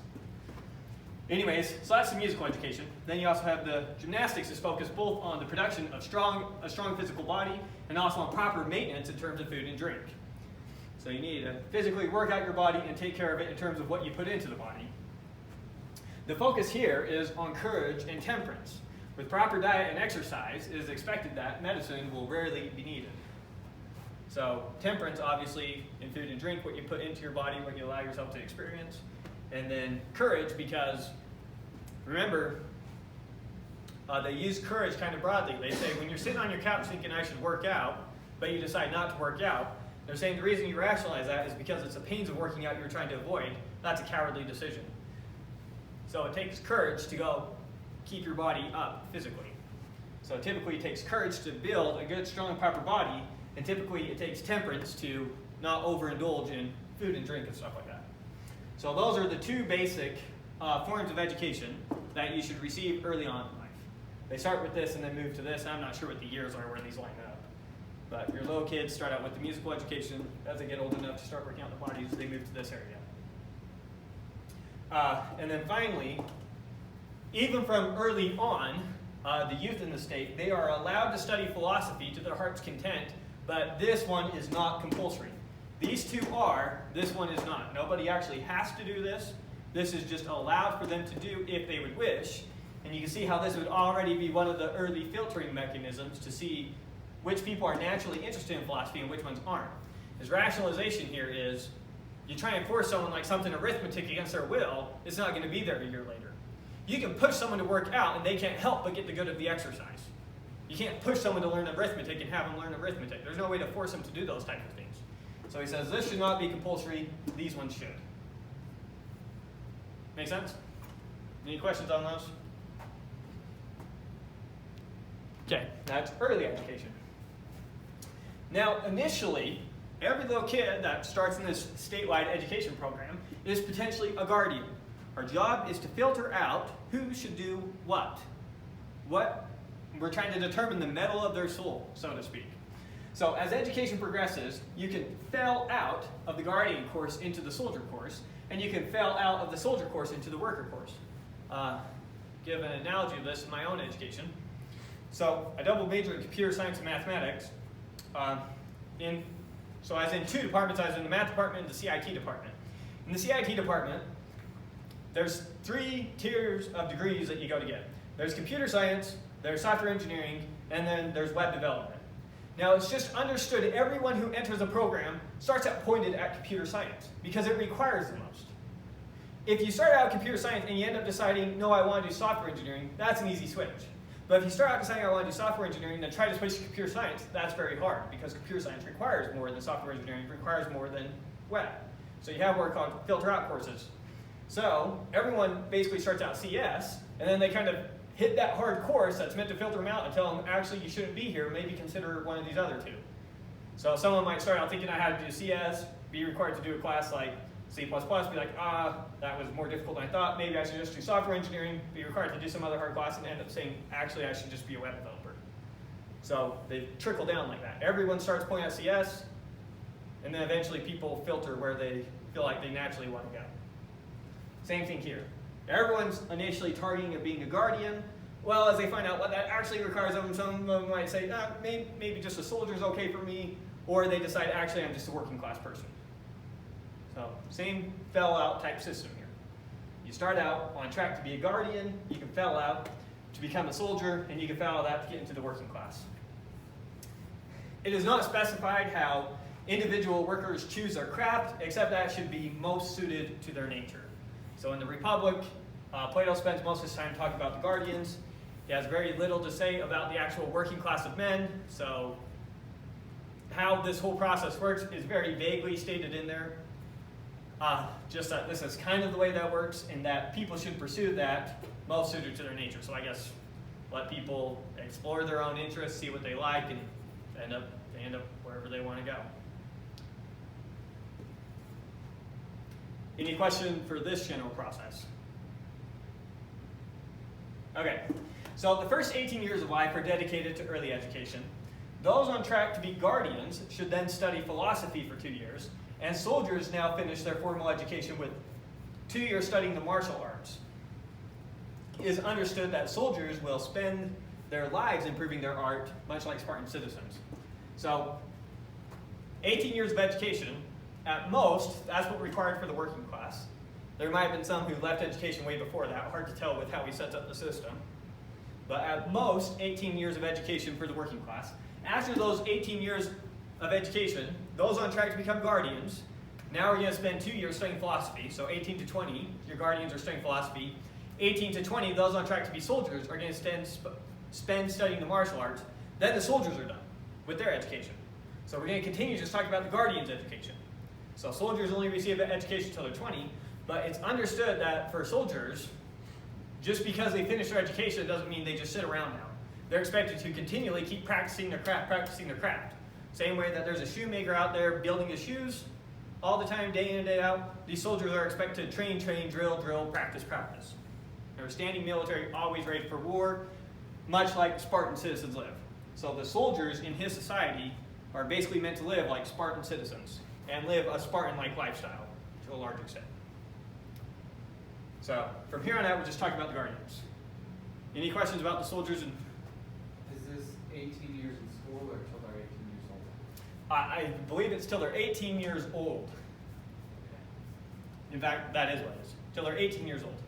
So all I know is that they're done with early education come the year 18. Because the musical education, that starts when you're a little kid. I mean, as soon as you start telling little kids stories, they start their musical education, which is almost right from the beginning. So yeah, and the soldiers, they finish at age 20, their training. And from here on out, we're just talking about the guardians. Is it the working class that does the education, or is it the philosophers? Who the teachers are? Who are the teachers? That is not specified anywhere in there. It's just talking about what they should learn, and very vaguely outside of the guardians. The guardians are the only ones we get good specs on what they actually should be learning, except for vague gymnastics and music for the first 18 years. Does he explain why 18 years he chose that? This is developed in a dialogue, so it's very conversation-like, and sometimes it feels like they're just kind of pulling a number out of the hat. So they'd say, when you said this, did you mean it to be for a particular group? They say, did you mean they should do this for 4 years or 6 years? And he would say something, well, let's say 5, and they continue the conversation. So oftentimes it's just like that, how these numbers are coming up. There's not a rigorous argument stating, we've done the calculations, and here's what it should be. I just thought it was interesting because Very close to ours. This is 18 quite commonly for a lot of basically distinguishing children from adults. Yeah, I don't know if this was the age that you were considered a citizen in Athens. I don't know if anyone knows off the top of their head. So that might be where it's coming from, but I don't know. Perhaps we provide the inspiration. Huh? I'm saying perhaps we provide the inspiration on Plato. But anyways. Okay, so from here on out, we're talking about the Guardians. So the Guardians now age 20. So 18 years, gymnastics and music with philosophy mixed in there. Now, from 18 to 20, just pure philosophy. That's what they're focused on. Now from 20 to 30, what are they going to do? From 20 to 30, the Guardians are going to spend the next 10 years studying arithmetic, then geometry, then solid geometry, then the motion of bodies via astronomy, and then the motion of vibrations via music. And this is what they're going to study for 10 years. And we briefly talked about that when we also talked about Plato's Academy. Very math-oriented. Remember above his Academy, what did it have written? You have to have learned geometry before you can. Perfect. Let none ignorant of geometry enter here. Okay, so Guardians. They did their 2 years of philosophy. They did 10 years of basically math and physics. Now what? The Guardians, now age 30, spend the next 5 years studying the dialectic. What's the dialectic? Reasoned argument between people. The typical way philosophical truths are discovered. So remember, the reason he said those other ones is you're coming to understand the 10 years of the maths and the physics. That's where you're coming to understand the axioms of a bunch of different fields. Now the dialectic, this is the method that you can start using to work backwards, because ultimately the Guardian training, we're always trying to get here, down to the form of the good. So the dialectic is where we can start doing some of this backwards reasoning, I guess. Start considering hypotheticals and seeing if they hold out, because these are always just hypothetically true. All we know is that if these are true, then we get everything else. But we still need a way to validate these things. So without accepting them as true, just viewing them hypothetically true, do an analysis of them via dialectic, is what he says. So for 5 years, kind of working backwards from those, practicing the art of dialectic. And maybe we're just practicing the art here, maybe we're not ready to work backwards from those, but we're just practicing the art. Once again, he doesn't give specs on what exactly they're doing, just that. So remember, it's ultimately via dialectic that the form of the good is supposed to become known. So it's very important that they practice this art, come to know this art. So after 10 years of math, they spent 5 years studying the dialectic. Now what do we do with the Guardians? Now they need to go get some real-world experience. So now the Guardians are thrown into a political position to receive practical training in their art for the next 15 years. Now we're going to start giving them actual political positions inside the state, maybe force them to go be generals at the head of armies. Maybe they need to go work out disputes amongst the working class, whatever they got to do. They need to go get 15 years of experience to see what it's like down there in the cave. They've been spending all this time out here having fun, looking at the forums. Time to go back down there and see what things are like in the cave. Remind yourself of those circumstances. This is where they are to get their experience trying to lead others out of the metaphorical cave. Start getting others to see the light. Start getting others to see reason. Okay, so that's what they do for the next 15 years. Now, at age 50, after those 15 years are up, their training is finally complete. Hopefully with all that experience working out there with those people, descending back down into the cave, looking at the contrast between what it is and what you know, and with your experience of dialectic, you were finally, after 50 years working at it, able to work your way back to the form of the good. And your training is complete. You now understand the good. You can work out anything you need to. You're now a philosopher. So now, what is life like for you? well, pulled out a quote for exactly what he said. So at age 50, their training is complete. They now spend their lives devoting the greater part of their time to the study of philosophy. They get to enjoy themselves studying philosophy. But when the turn comes for each, toiling in the service of the state and holding office for the city's sake. So you get your whole guardian class, a few of you each have got to alternate between, some of you have to be ruling the state at some point. We can't let you all spend your lives just studying philosophy. So if there's 20 of you, maybe 4 of you need to always be ruling the state, and the other 16, you get to enjoy yourselves just studying philosophy. Great life for you, although occasionally you're going to have to step down and come rule the state. So that's what their life will be like after all their education. Any questions on that?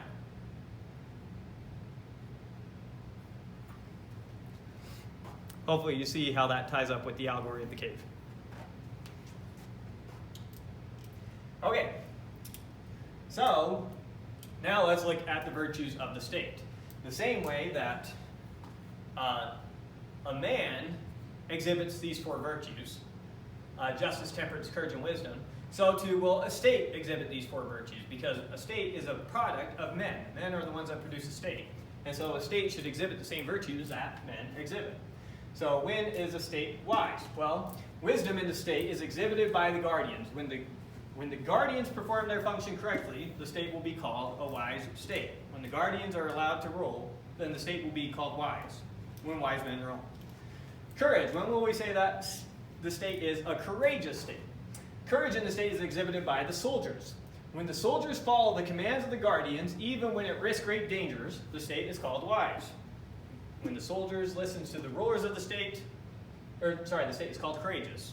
When the soldiers, even if it leads to them enduring great pains, even if it's against the pleas of the masses, when they listen to what the ruler is saying, they follow the commands of the ruler, regardless of what it requires them to endure, we say that a state is courageous. So this is the virtue of the ruling class. This is the virtue of the soldier class. Temperance.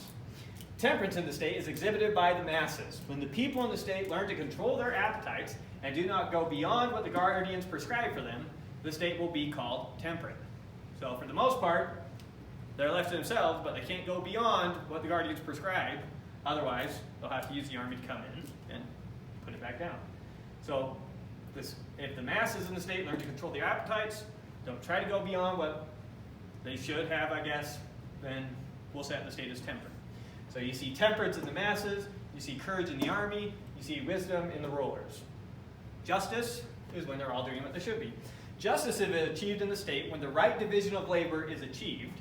Everyone is performing those tasks suited to their natures, and so all the classes are harmoniously performing their individual functions. When everyone's doing that task, that specific thing, which by their nature they ought to be doing for the state, that thing most suited to their nature, then you will have justice in the state. So that's how those are exhibited.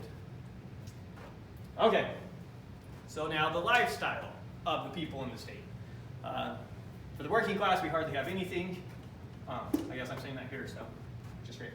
For the working class, day-to-day life is basically as we expect. They have their private families, cultivate personal wealth, spend their days perfecting their individual crafts. They are left for the most part to deal with each other and make contracts as they see fit, only making recourse to the guardians as necessary. So this is pretty much all we have for the day-to-day life of the working class. We don't know much about them. They pretty much get to live just as you would expect. Nothing special there. Good?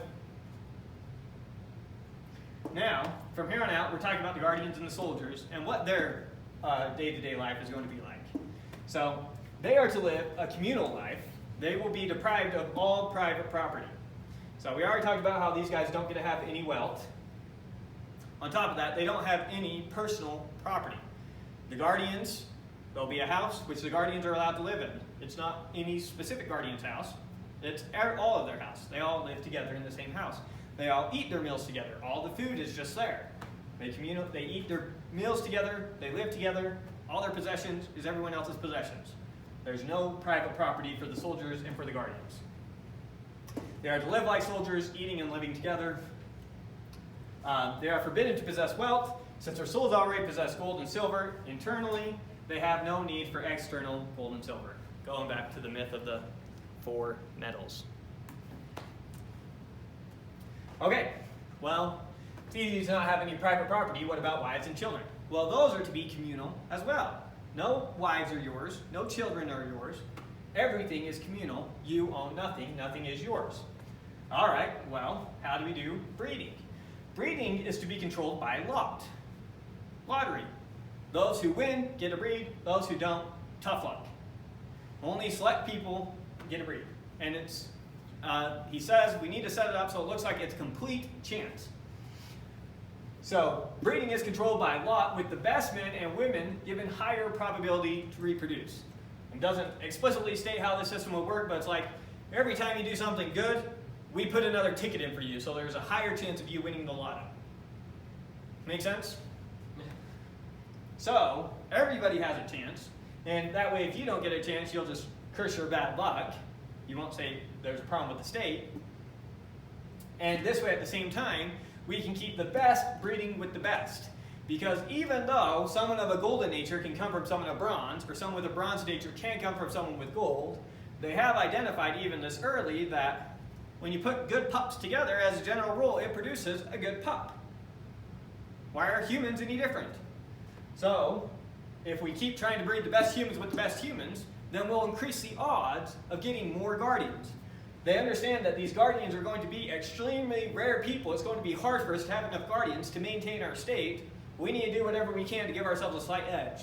So how are we going to get that edge? We're going to keep the best breeding with the best to try and control it. Breeding festivals are to be held annually so that it can easily be calculated who is potentially the parent of who. No, not everyone participates. You can only participate in certain years to make sure that you're not accidentally reproducing with one of your own children or one of your grandparents. So you have to offset who's eligible in each festival so that you don't accidentally have any sort of incest. Any real incest.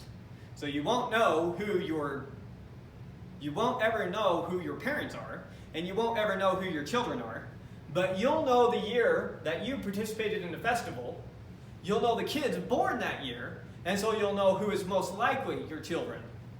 And so you are off limits from ever breeding with the product of a certain festival. Does that make sense? So that's how they have to offset it. Go ahead. Does this pertain only to soldiers and guardians? Yes. This has nothing to do with the masses. So, and women can be guardians or... Yes. They expect that there'll be women and men, guardians, women and men, soldiers, and then women and men in the masses.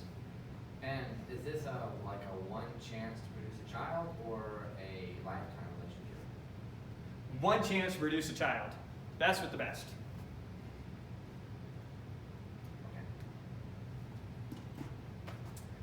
Okay. Yeah, anyways. So we're talking about breeding festivals. Anyone born within a couple months of you is to be considered your brother or sister. Anyone who was at the festival 7 to 11 months before you were born is to be considered your parent. So you'll consider a whole generation to be your parents, and you'll consider a whole generation to be your siblings, is the way Plato sees this. Because you don't really know who your real parents are or who your actual siblings are. People are forbidden from reproducing with their grandparents, parents, or siblings. So we have to keep this separated by 3 generations to make sure that we don't accidentally get any real incest. Because they were also aware that that could lead to deformities. So, trying to control the breeding without any actual incest going on to try and produce as many guardians as we can because they're going to be very rare natures. Good? Any questions there? Okay, so you might hear all that and ask about the guardians. Want the guardians, those who most deserve happiness, be the least happy in the state. They get no private property, they can't even have a wife, they don't have a house, nothing is theirs. Aren't we setting these guys up to be absolutely miserable? They are least able to pursue their various desires, while the working class is free to pursue whatever they would like, while benefiting from the protection of a good army and good laws. So this is something that someone actually brings up in the Republic. He's saying, your best people, your guardians and your soldiers sound like they're living miserable lives, while your masses are free to pursue whatever they want, and they have the benefit of not even having to worry about protecting themselves, and they have the benefit of people already thinking through their laws for them. So he says, you're setting up a system where the worst people get to be the happiest people, and the best people are going to live the most miserable lives. Aren't you? So that's what someone raised against Plato. Plato claims that the state is designed to produce the most happiness for the most people. He says, if it so happens that the way we're designing our state leads to our guardians being miserable, that's of little consequence. We were after the maximum happiness in our state. Since the masses are the majority of people, that's where we want to maximize our happiness. We're after the happiness of the state, not the happiness of an individual. So Plato claims the state is designed to produce the most happiness for the most people, and that is not designed to make any particular group of people happy. However, the philosophers live better lives than they otherwise would if lesser men were allowed to rule over them. So he's saying, our philosophers, maybe they could live happier lives if they didn't have to worry about being rulers in this political system and could just pursue philosophy. But look at philosophers nowadays living in cities, how they have to live. So he says, them being in this city, where, yeah, sometimes they have to rule, are living much better lives than they otherwise would if they weren't put in this position. And at the very least, they enjoy a similar life to Olympic victors, which actually a lot of people aspire for. It's a pretty good life. Olympic victors at the time, particularly in Athens, if you won the Olympics, then the state would provide all your needs from there on out. You might remember at the end of the Apology, when they're saying, Socrates, what do you deserve to have done to you for your evil doing to the state, for what you've done to the state? And he says, maintenance of the Prytaneum, like your Olympic victors. Since I've spent my whole life serving the state, you guys should let me live in luxury to the end of my days, having all my needs taken care of. So he's saying, I see what you're saying. We're not after the maximum happiness of our philosophers, but our philosophers are at least living the lives of Olympic victors, which most people agree are pretty great lives. So I think they're actually living real happy lives. Make sense? So I think that's just supposed to be there. T-H-E-R-E. Their education and maintenance will enable them to live the happiest lives, and they'll be allowed to spend their older years in leisure. So our guardians are actually able to live pretty good lives. First off, the state took care of their education. They're going to agree that that was a great thing for them. The state takes care of their maintenance. That's nice. And after age 50, for their elder years, they get to pretty much spend that in leisure. Sometimes they have to spend time ruling the state, but the majority of the time they just get to pursue philosophy. How many people get to live life like that? So he says, actually, these people will live great lives. Any questions on that? Okay, so now let's get into the collectivism in Plato's philosophy and point this out explicitly. So ideally, the entire state functions like a single individual. When one part of the state is pained, everyone feels it, like when you stub your toe. Plato is trying to set up and model this state after an individual. You have the ruling class like the reason, the spirited element like the spirited part of a man, and the appetitive part of the state like the appetites of a man. He's trying to make the whole state act like one unified individual. And that's the way he would have it ideally be. So that if one part of the state is pained, the whole state is aware of that pains and pains with him. When you stub your toe, all of you feels it, not just your toe. An individual is to the state what a part of the body is to the whole. Everything exists for the whole. You don't exist for your pinky finger exists for you. Implication, if you gotta get rid of your pinky finger to help you, so be it. It's about the whole, it's not about the individual. Metaphysically speaking, individuals aren't even real. Only the one form is real. Think about it, what's real about you? Manness. That's what's real about you. The form of man. That's what's real. You are the form of man reflected into the void. The only part of you that's real is the universal manness. To the extent that you're real is to the extent that you reflect that form. But that form is what's real. The void is not real. You're a reflection of formness in the void. That's all individuals are. We're all a reflection of that same one manness. Manness is what's real. Manness is more real than you. The collective manness, the universal manness, is more real than the individuals. And hence ought to be valued more, right? That's where this is going. Metaphysically speaking, individuals aren't real. Only the one form, manness, is real. All men are a combination of the form manness and the void. To the extent that they are real, they are manness. A part of the collective manness, universal manness. Then, the only thing real about all individual men is what they have in common, their manness. The universal is real, not the particular. In politics, the collective is what is to be served, not the individual. You exist for the state does not exist for you. Sorry, I actually was wanting to finish.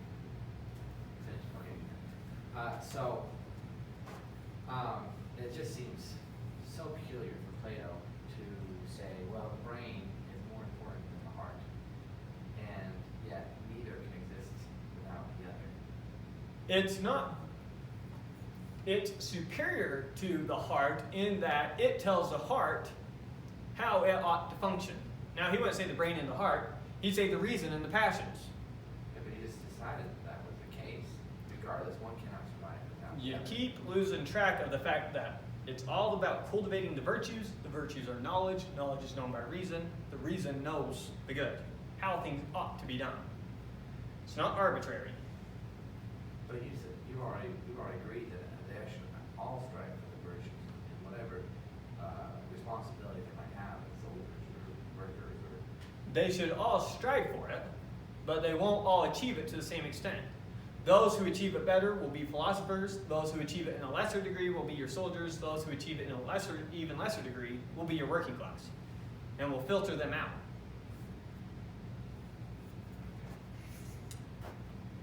So, what is collectivism? Collectivism, the view that the group is to be valued over the individual, or the view that the group is the unit of value. Those are roughly saying the same thing. Good? The view that the group is to be valued over the individual. So, since for Plato, the group, the universal, is what's ultimately real, it too is ultimately what ought to be valued. Think about how absurd it would be if we were to make legislation to protect your shadow or your reflection as opposed to you. What your shadow is to you is what you are to the form of man, to manness.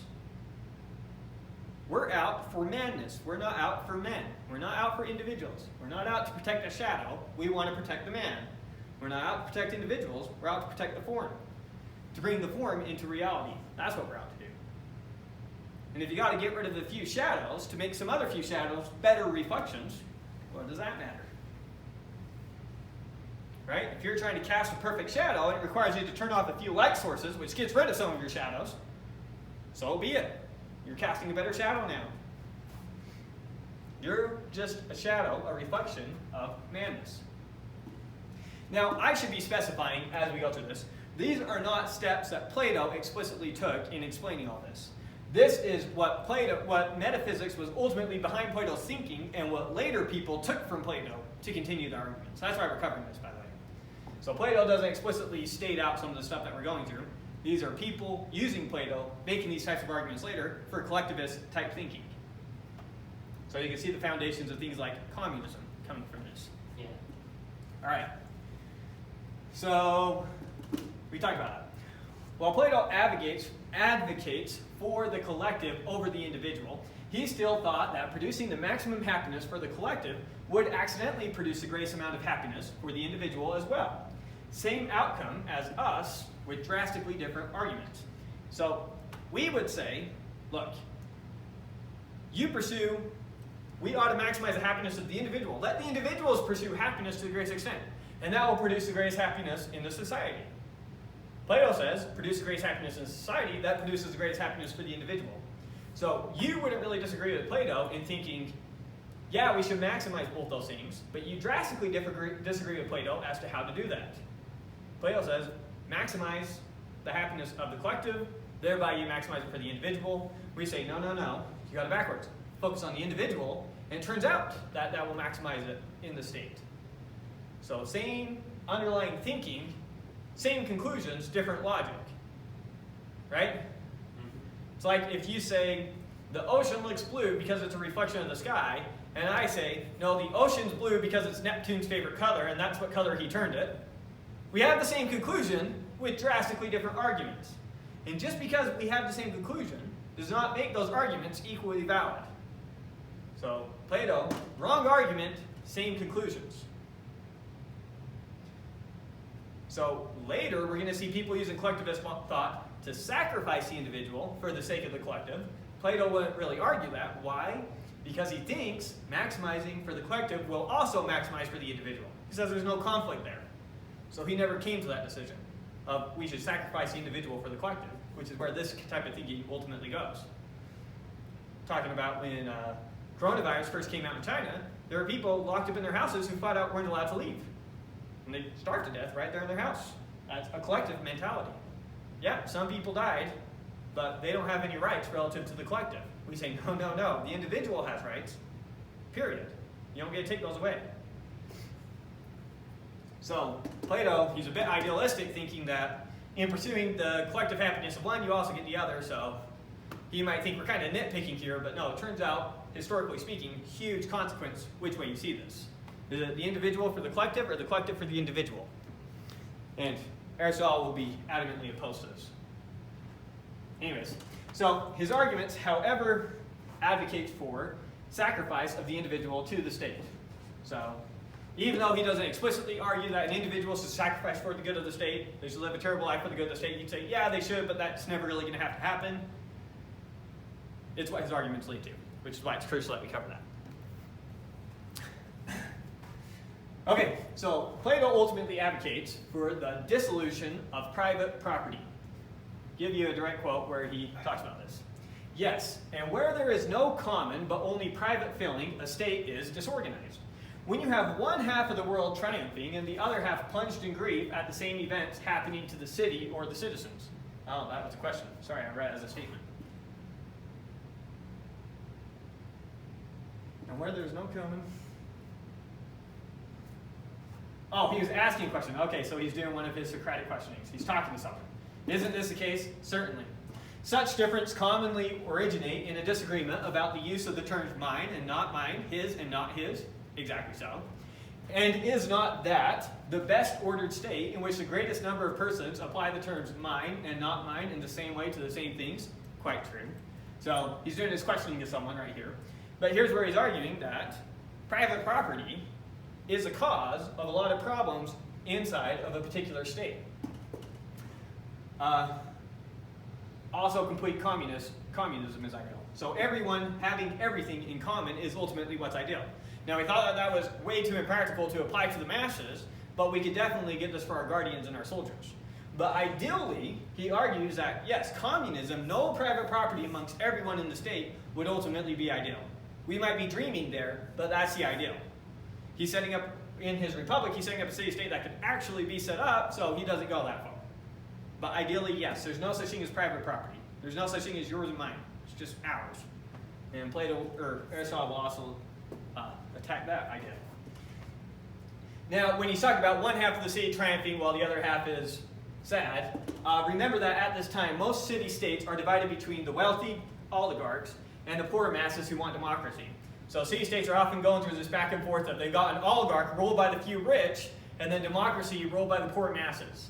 And so there's that back and forth tension, and that he's talking about events like that, where once one party comes to power, half the city's cheering and the other half is sad. Not really half and half, since oligarchs are fewer than the democracies, but that's what he's talking about, those types of transitions.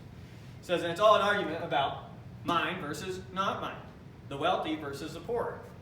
The Democrats want to take control to get their hands on the wealth, to redistribute the wealth to everyone. The oligarchs want to keep their wealth. And so there's a back and forth. What is oligarchs? Oligarch is a government where a few wealthy rule, and you have to have so much wealth to be part of the political class. It's like in America, I say, you don't get a vote unless you make $100,000 a year. Setting up an oligarchy, kind of. Oligarchy. Wealth is a prerequisite to political power. Well, could you relate this whole thing to perhaps like an ant colony or a termite colony? Yeah, those are collective type For instance, animals. termites will, if they detect that one of the termites coming in has a disease that would affect the whole group, they'll grab the termite, take it to the graveyard, cut its head off and then kill themselves to like protect the masses. That's very collectivist type thinking for little Yeah. animals. And it's what works. But Actually, what's called- interesting though is it's by choice. I don't know. You can say animals have choice. Aristotle would explicitly argue against the notion that animals have choice. He said they're just acting on instinct, and he said that's far different. Only you can make choices. Animals can't. That's an interesting assumption. Well, Anyways, we'll get to him when we get to him. sure, that'd be cool to hear his thoughts on. All right. So while Plato believes it's possible to establish his ideal republic, for some reason the book's called a republic. I don't know why it's called a republic. The type of government that he's setting up he calls an aristocracy inside the book itself. So he never says, look at our ideal republic. He's always talking about the aristocracy that we're setting up. Aristocracy, a better term to translate that to is meritocracy. He's always talking about rule by those who are most qualified, rule by the best. That's what he means by aristocracy. We typically use meritocracy for that, based off their merits. But anyways, so while Plato believes setting up his ideal government, his autocracy is possible, he also believes it will inevitably decay through four existing constitutions that exist in his day. So he thought, even if we can set this ideal city-state, eventually it's going to decay from our perfect autocracy to a democracy. A democracy is a rule by basically the land-owning soldiers who force their subjects into slavery to serve them. This is the type of constitution that Sparta had and that the Cretans had. So the ruling class owns land, which the masses work as slaves. He thought, so our aristocracy will degrade into a democracy. That will eventually degrade into an oligarchy, where the wealthy few rule. The oligarchy will ultimately devolve into a democracy where the masses rule, and that democracy will inevitably deteriorate into a tyranny, where a tyrant rules. So, briefly outline each of those. So the autocracy, that's one that we were talking about this whole time. That's his ideal one. Timocracy, a constitution like Sparta's where honorable acts, particularly on the battlefield, win political positions. Remember how hard it is to become a citizen in Sparta. You have to do a bunch of acts to show that you qualify to be a Spartan citizen. A bunch of honorable acts. Oligarchy, ruled by the wealthy. Only those with a certain amount of wealth have any political voice, and they must maintain the wealth to maintain their political position. The second they lose the wealth that qualifies them for political office, they're out. So you have to maintain that minimum wealth to maintain your position in the government. Democracy, everyone has an equal say in everything. And then tyranny, brute force rule by a single man, the most unjust of all governments. So he sets this up, that's the most just, next, worst. So we thought this was the worst, that was the best. Make sense? Yeah, it's kind of the democracies, the honorable oligarchies, the more, let's say the word.